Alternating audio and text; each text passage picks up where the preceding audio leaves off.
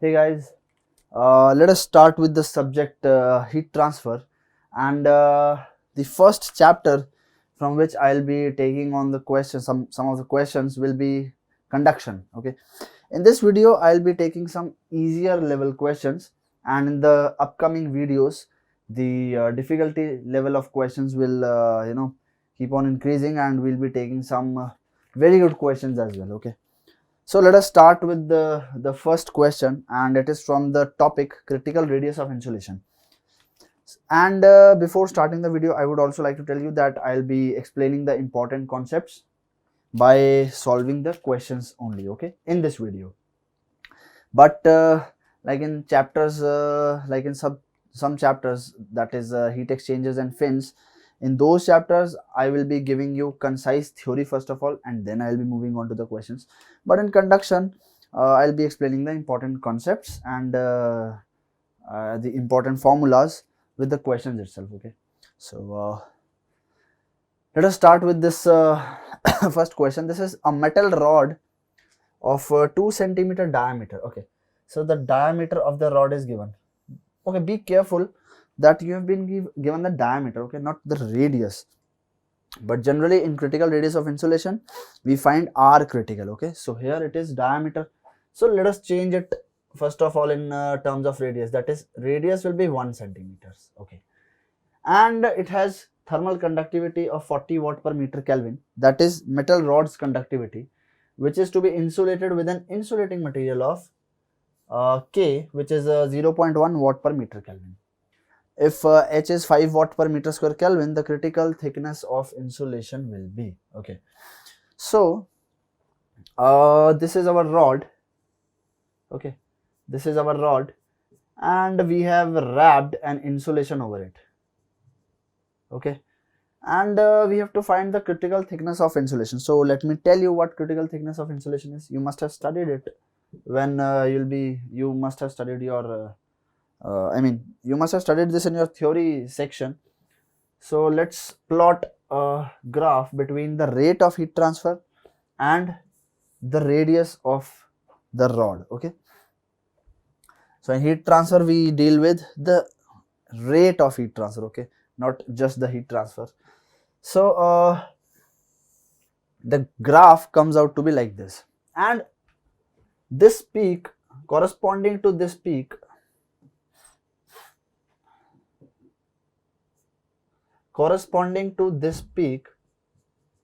whatever is the radius, this is called as critical radius, because here the heat transfer rate will be maximum. Okay, so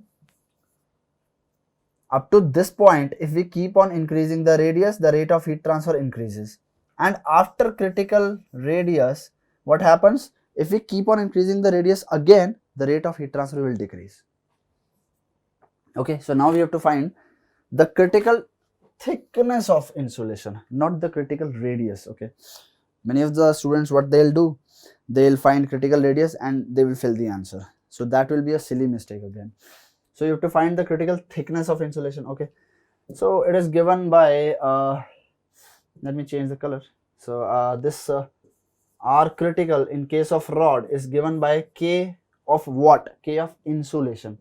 Please be careful. Both the datas are given to you, but you have to use the thermal conductivity of the insulating material upon H.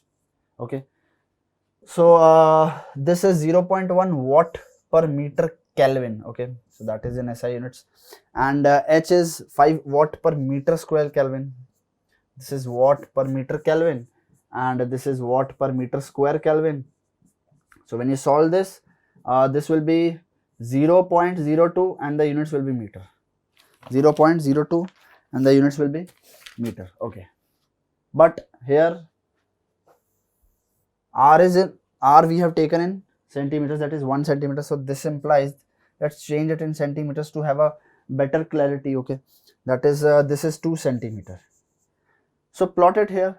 Critical radius is 2 centimeter. That means this radius is what?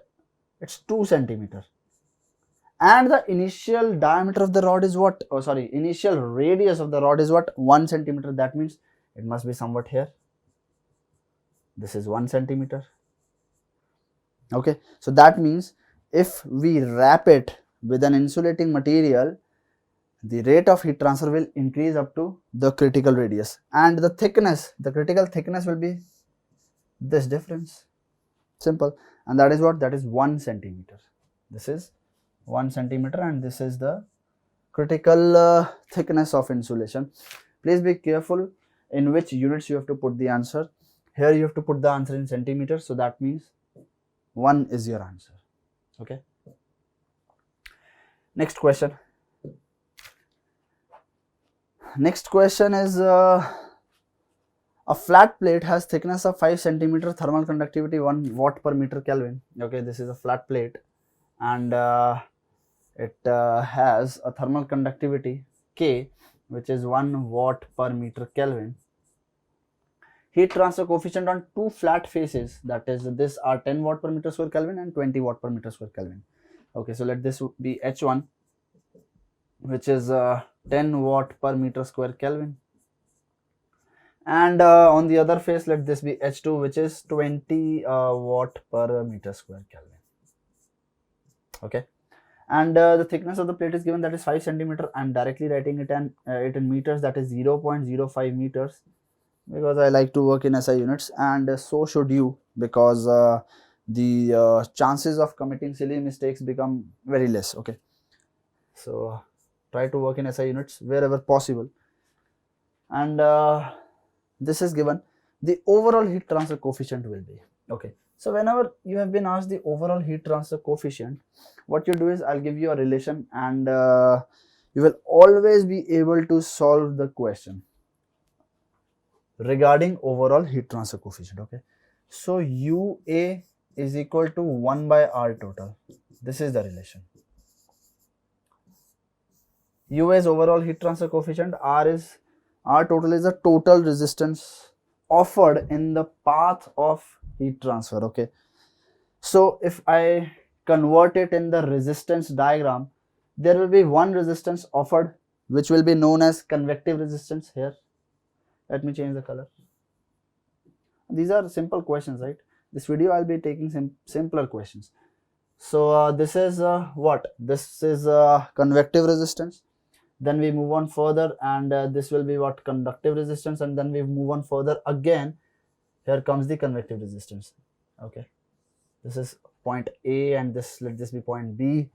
What is convective resistance equal to? 1 by HA. 1 by HA. And what is conductive resistance equal to? L by Ka. Okay, A is the area. Okay, and this is again convective resistance, that is 1 by HA.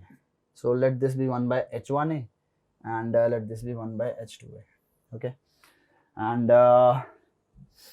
this is suppose what? T1, and let this be T2, and this is heat that is taking place, that is being transferred from point 1 to point 2. Okay, there is no need of T1 and T2 here, because we just have to find this R total. Okay, so what will be this total resistance offered? These resistances are in series, so that means R total is equal to, let this resistance be 1, this be 2, and this be 3. Okay, so this will be equal to R1 plus R2 plus R3. Okay, and R1 is what? 1 by H1A, 1 by H1A. R2 is L by K. L is what? L is thickness of this plate. Okay, this plate, L by Ka, and plus R3. R3 is what? 1 by H2A.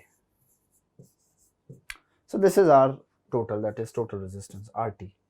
Okay, in short, put this here.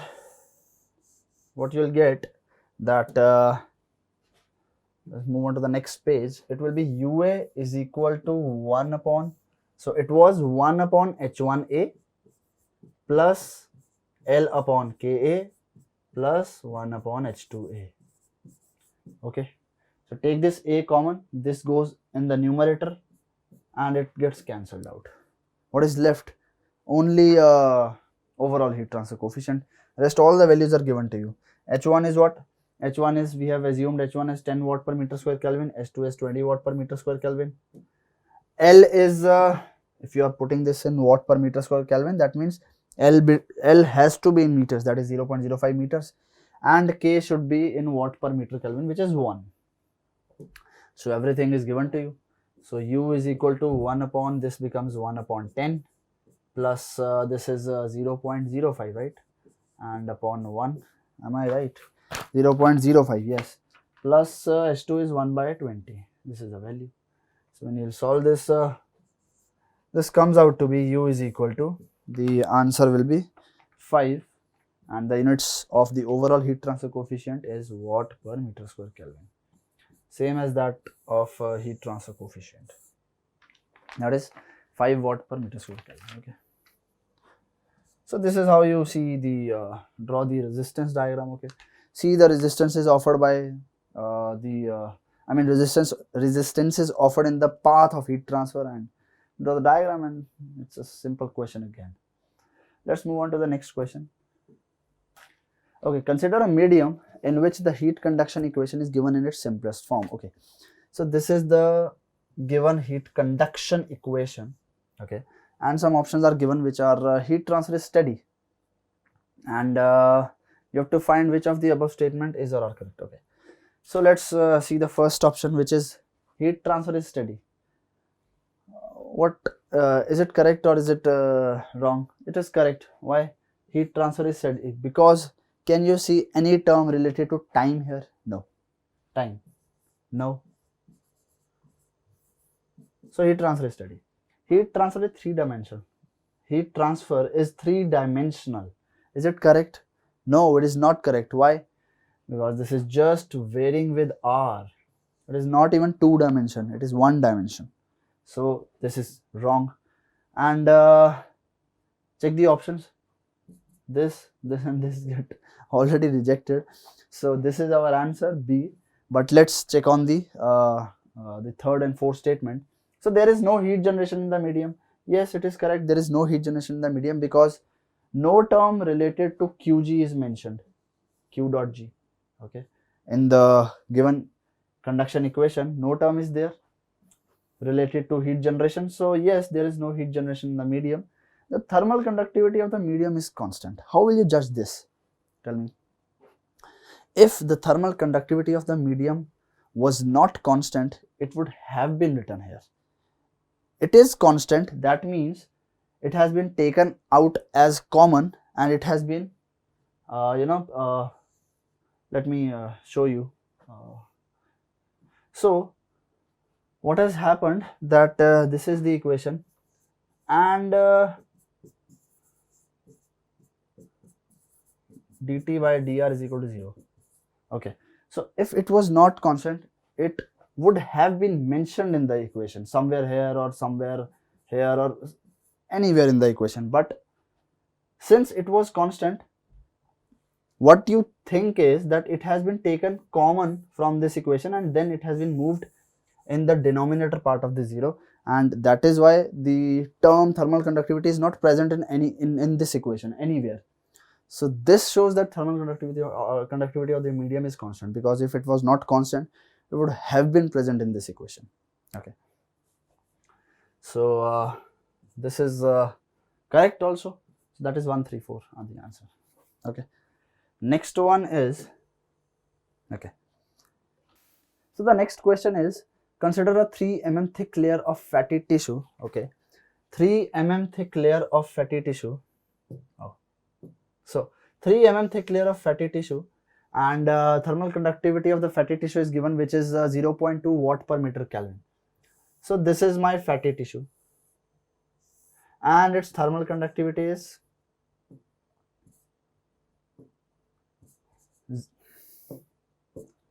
0.2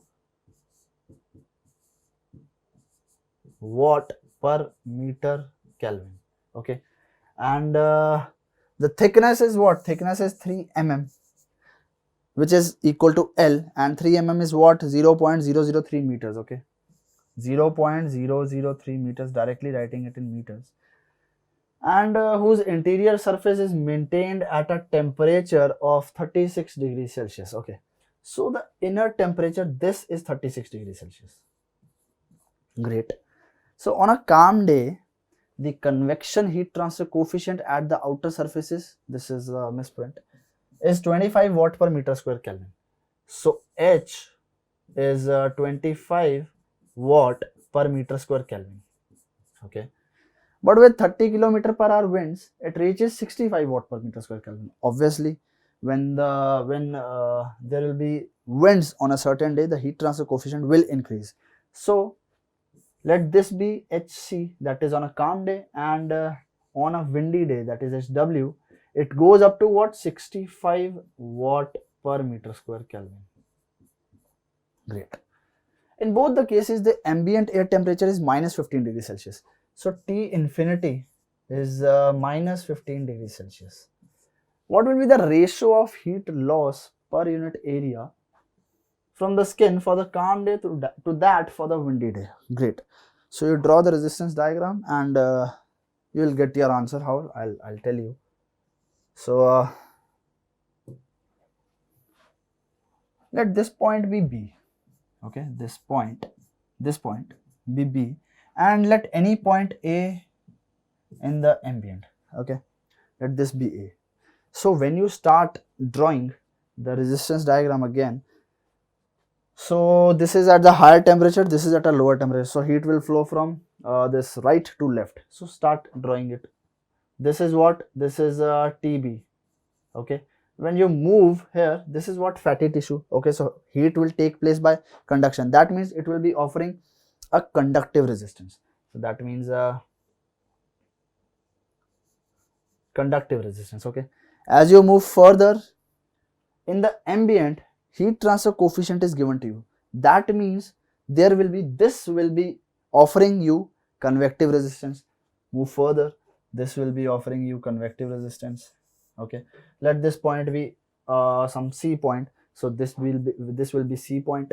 Okay, and this is A point, and we have reached this A point. Okay, so the temperature of this A point is what? The equal to ambient temperature, that is T infinity, which is equal to what? Which is equal to minus 15 degrees Celsius, and TB is equal to what? This 36 degrees Celsius, and the heat transfer is taking place from B to A. This is Q. Okay, and this Q is given by delta T upon R total. This is how it's given, right? Q is compared to what? Q is compared to current. Delta T is what? Delta T is compared to that potential difference, and R total is the total resistance offered in the path of current there, but here it is the total resistance offered in the path of heat transfer. Okay, so this is how it's done. This is how you construct a simple resistance diagram. Okay, so this is convective resistance, and its value is equal to what? 1 by HA. Great. And this is conductive resistance, that means its value will be equal to L by Ka. I'm using different colors so that you can differentiate. Okay, so this is the case. Now from this relation, you can find the heat loss per unit area. I mean, you can find the ratio of the heat loss per unit area from the skin for the calm day to that for the windy day. Okay, start it for the first case, that is for the calm day. This is delta T upon R total. R total for what? R total on a calm day, because this will change. Why this will change? Because this will be having the term of heat transfer coefficient, and heat transfer coefficient is changing. That is, it is different on a calm day and it is different for windy day. And the second case is the heat transfer rate taking place on windy day, which is delta T by R total, again on a windy day. Okay, so let's take the ratio directly, and this delta T and delta T will get cancelled out because it's not changing. Any of the temperature is not changing. Okay, so this gets cancelled out, and so this becomes QC by QW is equal to R total W and R total C. That is resistance offered on a calm day, and this is resistance offered to the heat transfer, rate of heat transfer on a windy day. Okay, so expand it. These two are in series. Okay, so R total will be R1 plus R2. If this is 1, this is 2. So R total on a calm day or on a windy day, it will be R1 plus R2 because they will remain in series only. So this will be simply 1 by HWA plus L by Ka, and this will be 1 upon this HCA plus L by Ka. Okay, this is what R1 plus R2, R1 plus R2 for a windy day, for a calm day. Okay, so this A gets cancelled out, yeah. And what are the values that have been given to us? Let's check. So K is given to you, yeah, K is given to you, L is given to you, this I know, L is 0.003 meter, K is 0.2 watt per meter Kelvin I have written. HW, that is the heat transfer coefficient on a windy day, which is 65 watt per meter square Kelvin, and this is H on a calm day is 25 watt per meter square Kelvin. Everything you know, and you will put the value and get the answer, which is equal to 0.5527. So that means the rate of heat transfer on a windy day is more than that of the rate of heat transfer on the calm day. Okay, this is the answer. Simple. Next question is, consider a 8 centimeter diameter given. Diameter is given to you. Sphere initially at 20 degrees Celsius with a thermal conductivity of 0.49 watt per meter degree Celsius. So this is my sphere, and its diameter is given to me. This is my diameter of the sphere, which is 8 centimeter. So that means 0.08 meter. Okay, and it is initially at 20 degrees Celsius. So let it be TS, and it is at 20 degrees Celsius. Okay, with a thermal conductivity which is given to be 0.49 watt per meter degree Celsius. Sphere is cooled by refrigerated air at 5 degrees Celsius at a velocity of 1 meter per second with combined convection, radiation and evaporation heat transfer coefficient. Okay, very nice. So you have been given the combined convection, radiation and evaporation heat transfer coefficient. Nice. So this is coming at 5 degrees Celsius, and it is at a velocity of 1 meter per second. And what it will do? It will come in contact with the sphere and it will take the heat from the sphere. Simple. So can I say that the heat conducted, let me change the color for better clarity, for better visibility. Heat conducted through the sphere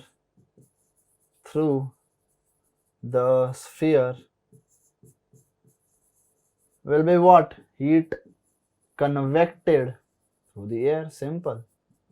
Convected through the air. And you don't have to worry about anything else because the combined heat transfer coefficient including convection, radiation, evaporation is given to you. Very simple. So this was the funda, that the heat conducted through the sphere will be heat convected in the air, like this. Okay, so heat conducted through the sphere will be given by Fourier's law, which is minus Ka del T by del R. Okay, what you have to find? Let's read the question. What will be the initial value of the temperature gradient in the sphere at the surface? Simple. So you have to find delta T by delta R at surface. Okay, so this is equal to heat convected through the air, and how is it given by? HA delta T. Okay, that is Ts minus T infinity. Simple. So this you have to find. A and A gets cancelled out. It is same. K for sphere is given to you, that is 0.49 watt per meter degree Celsius. Del T by del R you have to find. Let's move on to the next page. I solve here. So this is what? Minus 0.49 del T by del R, this you have to find, is equal to H is what? 19.1, I guess. Watt per meter square degree Celsius. 19.1, yeah. And TS is what? TS is 20 and this is 5. So that will be 20 minus 5. Okay, when you solve this, you'll get the temperature gradient, which is equal to, the answer will be equal to minus 585. Minus 585 units will be automatically degree Celsius per meter, because everything we have put in watt, degree Celsius, watt per meter square degree Celsius, watt per meter degree Celsius. So this is the answer. This is the temperature gradient that you have to find. Okay, great. Let's move on to the next question. This is the last question for this video, and in the next question we'll be dealing with some more questions from the chapter Conduction. Okay. So a square heater coil is placed between two slabs as shown in figure. Okay. Figure is missing from this question. Let me draw the figure first of all. Okay. So this is the figure that I'm going to draw, and there's a heater coil here. This is the heater coil, and this is T max. At this point, okay, let me change the color. So at this point, this is T max, and this is also T max. Okay, and this is T1, this is T2, this is TAHA, and this is what? TB HB. This is TB HB. Okay, and what else is given? This is 3 centimeters, 3 centimeter, and this is 2 centimeter. This is 2 centimeter. Okay, anything else is given? This is TA, TB are given to be 90 degrees Celsius. Okay, yeah, this is the heater. So a square heater coil is placed between two slabs as shown in figure. Calculate the maximum temperature assuming that the capacity of heater coil is 1 kilowatt and area as 0.02 meter square. HA is given, HB is given, TA, TB is given. Okay, area again is given. K1, this is K1. Is this K1? Yes, this one is first slab and this is second slab. So K1 is given to you. I'm not writing it here because I have to show you something. So K1 is given and K2 is given, and this is Q. That is the total capacity of this heater coil. Okay, this is 1 kilowatt, and you have been asked to find the maximum temperature. Okay, this T max, that is also given, and you know that T max will obviously occur at this point only, because from this heater coil the heat will be dissipated outwards in both the directions. Okay, and hence the temperature will keep on decreasing. Simple. So T max will occur at this point only, and it's given also. So I have also explained the concept how you will be solving the question, that this is the total capacity of this heater coil, which is 1000 watt. Okay, 1 kilowatt, that is 1000 watt, and this 1000 watt will be dissipated from both the sides. So from left hand side, let this be Q1, and from right hand side, let this be Q2. Let this be Q2. Okay, simple. So Q, capital Q is equal to Q1 plus Q2, and this 1000 is equal to Q1 plus Q2. Simple energy balance. This will be dissipated from both the sides. Okay, and I have been given with TA, HA, and this thermal conductivity and this thickness of both the slabs. So that means I can find out the total resistance offered in this path and the total resistance offered in this path. Okay, and I also know the temperature difference, because okay, I actually know this TA and TB, and from the temperature difference I'll be able to find T max. Let me show you how. So if I analyze this Q1 first of all, okay, what will be this Q1? Let's draw its this diagram, resistance diagram on of this side, of this left slab, okay. So this heat moves from T max, and what it sees that it has conductive resistance in its path, okay. Let me draw it more better. So there will be conductive resistance in its path, then it moves further, and then it sees that there is a convective resistance also, and then it reaches the temperature TA in ambient, okay. At any point, let this ambient temperature be TA at A point, so it reaches A point, okay, and HA is given, that means it will be offering convective resistance. So this is convective resistance, which is equal to 1 by HA, HAA, okay, and this is what the conductive resistance offered by this left slab, which is what, which is L1, let this be L1, and this be L2, L1 Ka, because K, okay, K is also not same, so this will be K1, okay, area is same, so that is it will be A, okay. So Q1 is going, okay, so Q1 can be written as what? So this is 1000 watt is equal to Q1. Q1 can be written as delta T, that is T max minus TA upon R total. R total is what? R1 plus R2. If this is, let this resistance be 1, let this resistance be 2. They are in series, so that will be R1 plus R2. And this is how R total is written, that is 1 by HA, A plus L1 K1A. This will be Q1. Similarly, what will be Q2? What will be Q2? What will be Q2?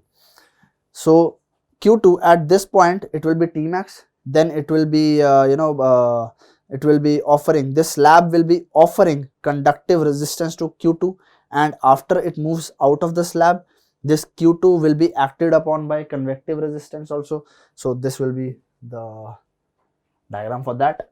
That is this is T max, okay, this is what, conductive resistance, then convective resistance, and then the temperature at ambient, which is TB, okay. So this is L2 by K2A here, and this will be HB by A, okay. This you also must have studied while actually studying heat transfer, okay.